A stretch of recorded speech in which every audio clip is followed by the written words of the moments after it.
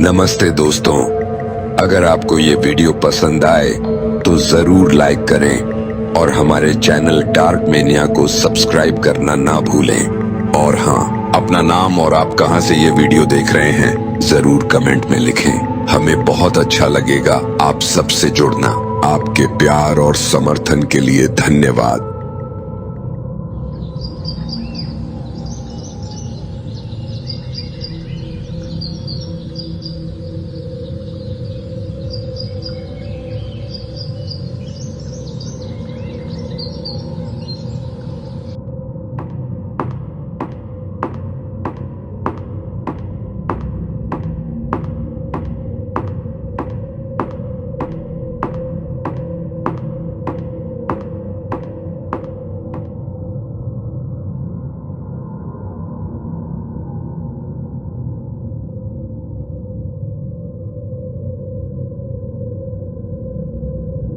नमस्कार सर, मैं संजना इस स्कूल की नई शिक्षिका हूँ।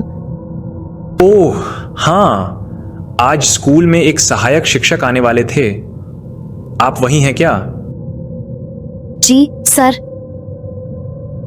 तो संजना आज आपकी क्लास नहीं हो पाई क्योंकि थोड़ी देर पहले विद्यालय की छुट्टी हो गई थी।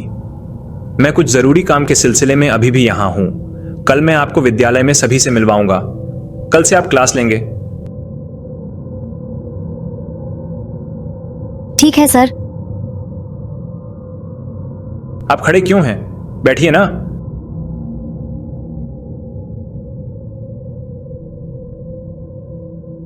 वैसे आपका घर कहां है?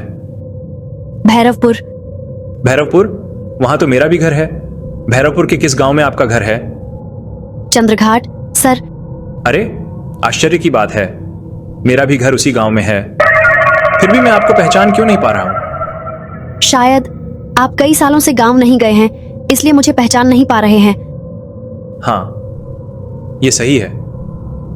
काम की व्यस्तता के कारण लगभग 7-8 साल से मैं गांव नहीं गया हूं। सर, मैं भी आपको ठीक से पहचान नहीं पाया। अगर आप अपना परिचय दे देते तो।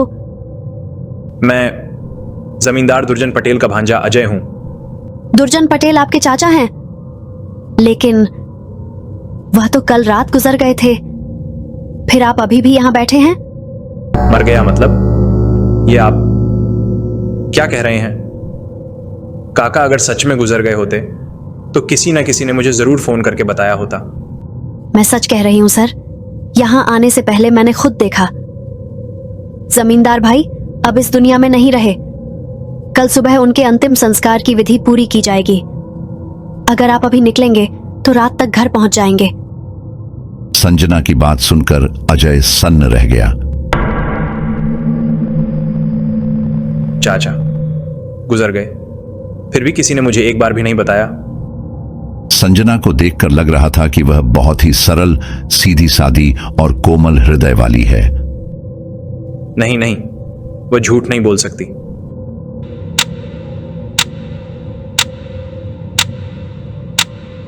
अजय जल्दी से विद्यालय से बाहर निकला और घर की ओर बेतहाशा चल पड़ा।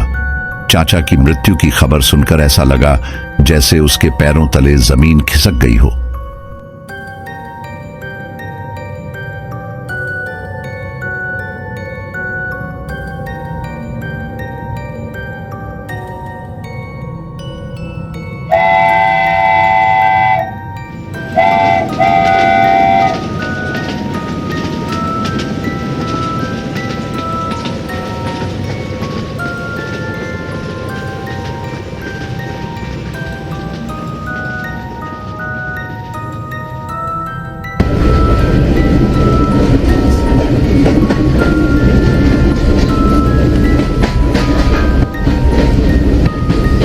अजय इस तरह की खबर सुनने के लिए बिल्कुल भी तैयार नहीं था।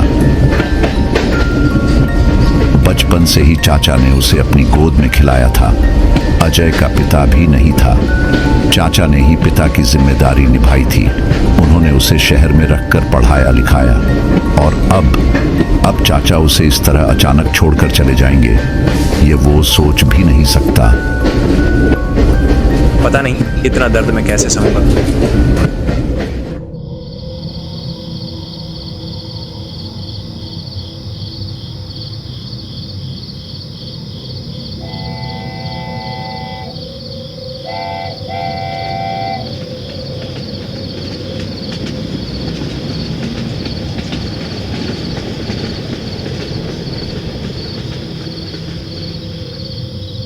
तरह के ख्यालों में डूबा हुआ अजय भैरवपुर गांव पहुंच गया।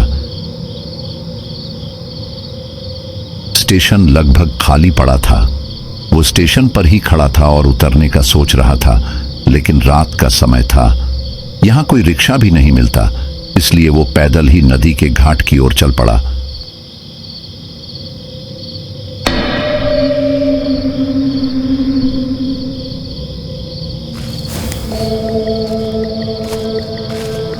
नदी पार करते ही उसका गांव चंद्रघाट आ जाएगा। आसमान में घने बादल छाए हुए थे और हल्की हल्की बूंदाबांदी हो रही थी। पता नहीं घाट पर नाव मिलेगी या नहीं। कुछ दूर आगे बढ़ने के बाद अजय ने देखा कि घाट पर कुछ लोग इकट्ठा थे और पास जाने पर देखा कि वे एक शव के चारों ओर खड़े थे।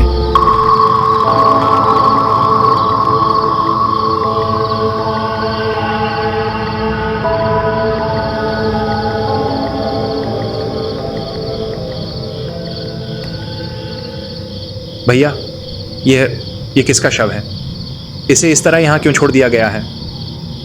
ये तो हम नहीं बता सकते भाई। नाम और पहचान किसी को पता नहीं है। इससे पहले हमने इसे इस गांव में कभी नहीं देखा। तो पुलिस को खबर दें। पुलिस इसे बेवारिश लाश मानकर ले जाएगी। नहीं भाई, हम गांव में पुलिस का मामला नहीं चाहते। तो फिर अंतिम संस्कार की व्यवस्था करो। अरे भाई, इस रात के समय कौन श्मशान जाएगा? मैं तो इन झंझटों में नहीं पड़ने वाला। अजीब बात है। अगर ये शव आपके परिवार के किसी सदस्य का होता तो भी क्या आप ऐसा ही करते? क्या सिर्फ इसलिए कि यह एक बेवारिश लाश है इसका अंतिम संस्कार नहीं किया जाएगा? ठीक है, मैं इसका अंतिम संस्कार करूंगा। माझी भाई, चलिए मुझे श्मशान घाट ले चलिए। अरे माँ, आप क्या कह रहे हैं भाई? मैं आधी रात को लाश लेकर श्मशान नहीं जाऊंगा। यह मुझसे नहीं होगा। कमाल के लोग हो, कोई अंतिम संस्कार नहीं करेगा और श्मशान घाट भी नहीं जाओगे तो फिर लाश का क्या होगा? ठीक है भाई, मैं आपको श्मशान तक छोड़ दूंगा। यह सुनकर अजय का मन थोड़ा हल्का हो गया। लगा, दुनिया में अभी भी अच्छे लोग हैं।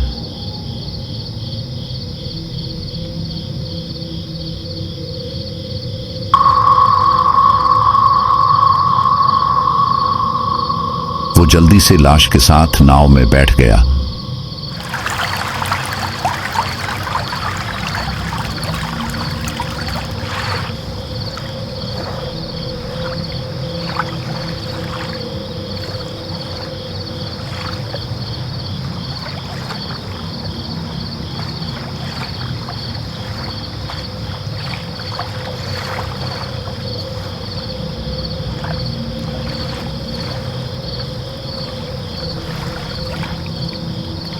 लाश पूरी तरह ढकी हुई थी। यह किसी महिला की थी या पुरुष की, यह भी वो नहीं जानता था। उसे जल्द से जल्द अंतिम संस्कार करके घर लौटना था।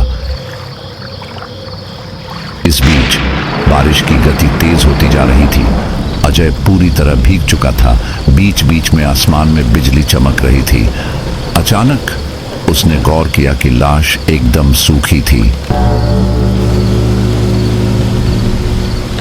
बारिश की बूंदें उस पर पड़ ही नहीं रही थीं, जैसे कोई अदृश्य परत उसे बचा रही हो। अजय का दिल जोर से धड़कने लगा। डर के मारे उसके हाथ पैर सुन्न पड़ गए। उसने खुद को समझाने की कोशिश की।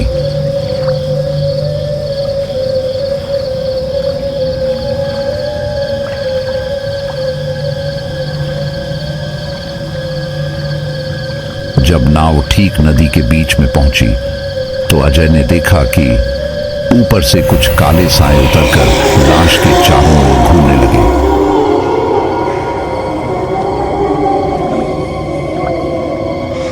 भैया, ये क्या हो रहा है? नाव आगे क्यों नहीं बढ़ रही? अजय ने भी महसूस किया कि नाव किसी अदृश्य ताकत से बंधी हुई थी, जैसे कोई इसे जोर से पकड़कर रोक रहा हो।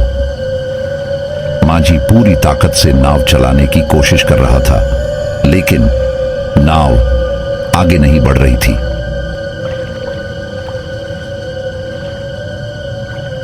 अचानक नदी में जबरदस्त तूफान आ गया। नाव हवा के झोंकों से इधर उधर हिलने लगी। ऐसा लग रहा था कि अभी नाव पलट जाएगी।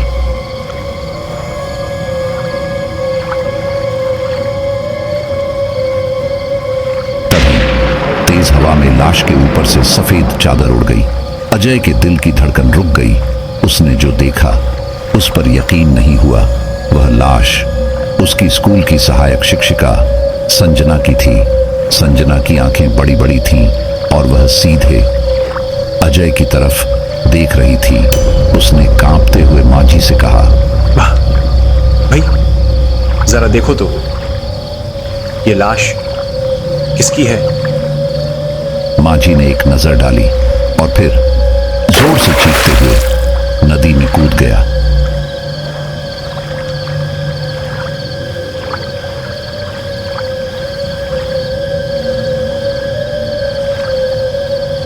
अब अजय को समझ में आ गया कि यह कोई भ्रम नहीं था। यह जो कुछ भी हो रहा था वह हकीकत थी, डरावनी और भयानक हकीकत। डर के मारे उसका पूरा शरीर सुन्न पड़ गया, गला सूखकर लकड़ी जैसा हो गया। अजय नदी में कूदकर भागने की हिम्मत नहीं जुटा पाया। वो बस मन ही मन भगवान का नाम जपने लगा। इतनी जोरदार बारिश के बावजूद उसके शरीर से पसीना बह रहा था। फिर अचानक कुछ अजीब हुआ। तूफान एकदम रुक गया। काले साए नदी के नीचे से उठने लगे।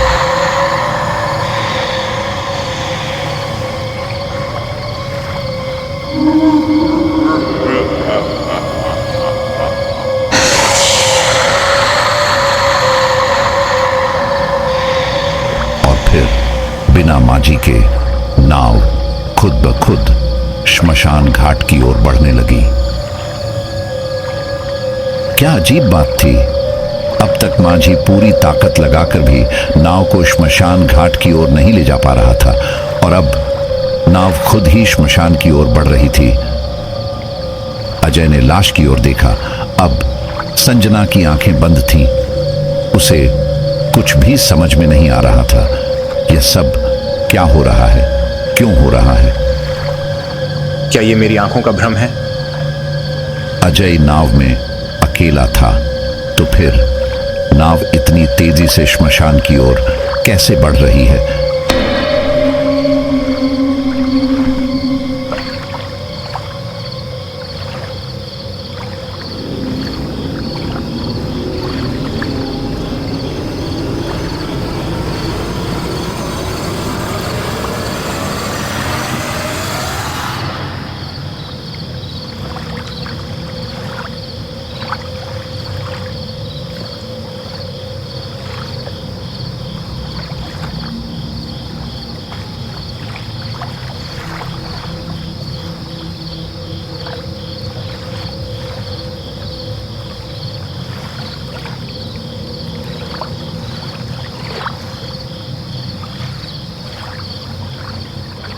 जैसे ही नाव श्मशान घाट पर रुकी, उसने लाश को छोड़कर भागने की कोशिश की, लेकिन तभी लाश ने बिजली की तेजी से अजय का हाथ कसकर पकड़ लिया।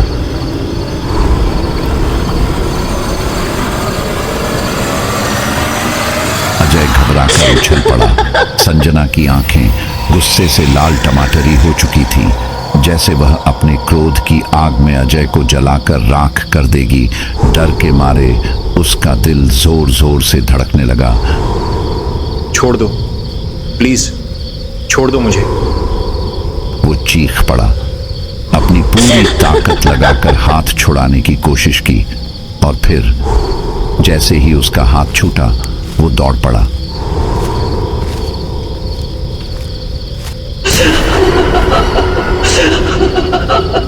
लेकिन तभी अचानक फिर से तेज तूफान आ गया। आंधी में उसके बाल बिखर गए। वो दिशाहीन हो गया। उसे घर लौटने का रास्ता नहीं दिख रहा था। बार बार घूम फिरकर वो फिर श्मशान के उसी चिताओं के पास आ जाता।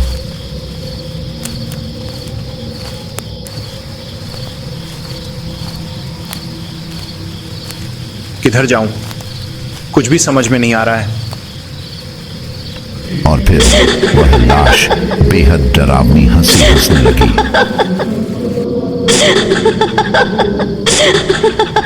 अजय को भागने का कोई रास्ता नहीं मिल रहा था।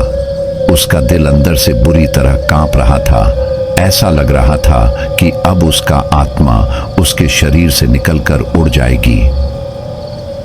तभी अचानक वह उसके सामने आकर खड़ी हो गई और बहुत डरावनी आवाज में बोली, कहां भागेगा तू?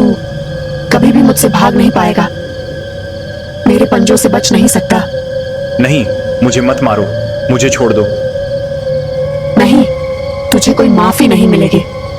मैं तेरा सीना चीरकर तेरा दिल निकालूंगी और उसका खून पीऊंगी, तभी मेरी आत्मा को शांति मिलेगी। तुम इतनी निर्दयी क्यों बन रही हो? मैं तो बस तुम्हारा अंतिम संस्कार पूरा करना चाहता था। मैंने तुम्हारा क्या बिगाड़ा है? तूने मेरा कुछ नहीं बिगाड़ा, लेकिन जिस चाचा के लिए तू शहर से गांव भागा चला आया, वही तेरा चाचा मेरी बर्बादी की वजह बना। मैंने तुझे मारने के लिए नहीं बुलाया है, तेरे चाचा को खत्म करने आई थी। अब तुझे भी मारकर तेरे पूरे वंश को खत्म कर दूंगी। क्या? लेकिन मेरे चाचा ने ऐसा क्या किया? तेरे पिता की मौत के बाद तेरा परिवार शहर में बस गया और गांव से कोई खास नाता नहीं रहा। कुछ दिन पहले मैं गांव आई थी। अपनी सारी संपत्ति तेरे चाचा को बेचकर पैसे लेकर शहर लौट रही थी, लेकिन तेरा चाचा, उस लालची आदमी ने मेरे हाथ से पैसों का बैग छीन लिया, मुझे बेरहमी से पीटा और फिर मुझे मार डाला। कल मैंने तेरे चाचा को बेरहमी से मार डाला। अब तेरा नंबर है। नहीं, तुम मेरे साथ ऐसा नहीं कर सकती। मैं मानता हूं कि मेरे चाचा ने पाप किया था, लेकिन उसकी सजा मुझे क्यों दे रही हो? मैंने कोई गुनाह नहीं किया, और फिर मैं तो तुम्हारा अंतिम संस्कार पूरा करने जा रहा था। प्लीज मुझे छोड़ दो। मैं जानता हूं कि तुम्हारे साथ अन्याय हुआ है। मैं शायद तुम्हारी इज्जत वापस नहीं दिला सकता, लेकिन मैं तुम्हारा पैसा तुम्हारे परिवार तक जरूर पहुंचा दूंगा। यह मेरा वादा है। अजय की बात सुनकर प्रेतात्मा का दिल पिघल गया। उसकी खून जैसी लाल आंखों में आंसू झलकने लगे और फिर वह धुएं की तरह हवा में विलीन हो गई।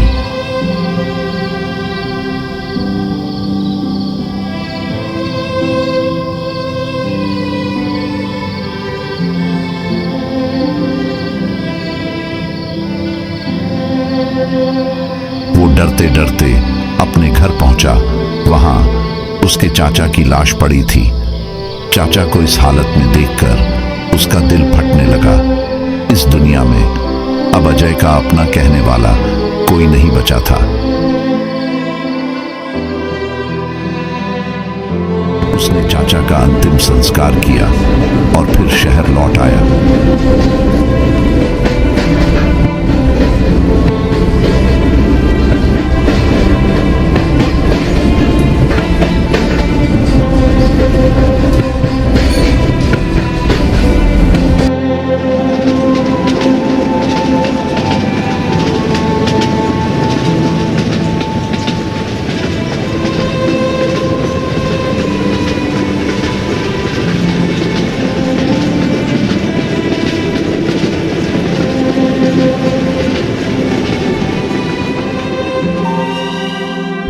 इसके बाद वो संजना की परिवार को पैसों का बैग सौंप दिया।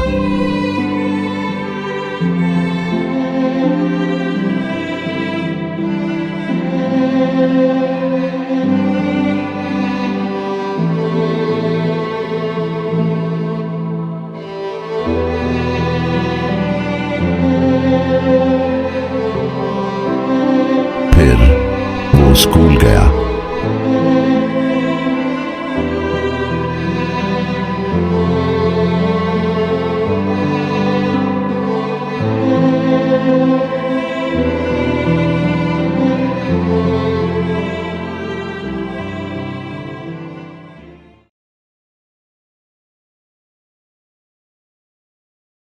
अजय ने सहायक शिक्षक विराट सर से पूछा, विराट सर, क्या कल हमारी स्कूल में कोई नई शिक्षिका ने ज्वाइन किया था?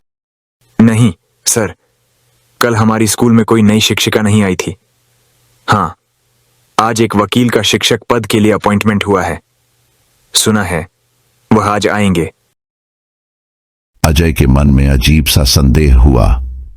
क्या संजना की आत्मा सिर्फ उसे गांव ले जाने के लिए आई थी? उसकी दर्दनाक मौत की याद से अजय का दिल भर आया।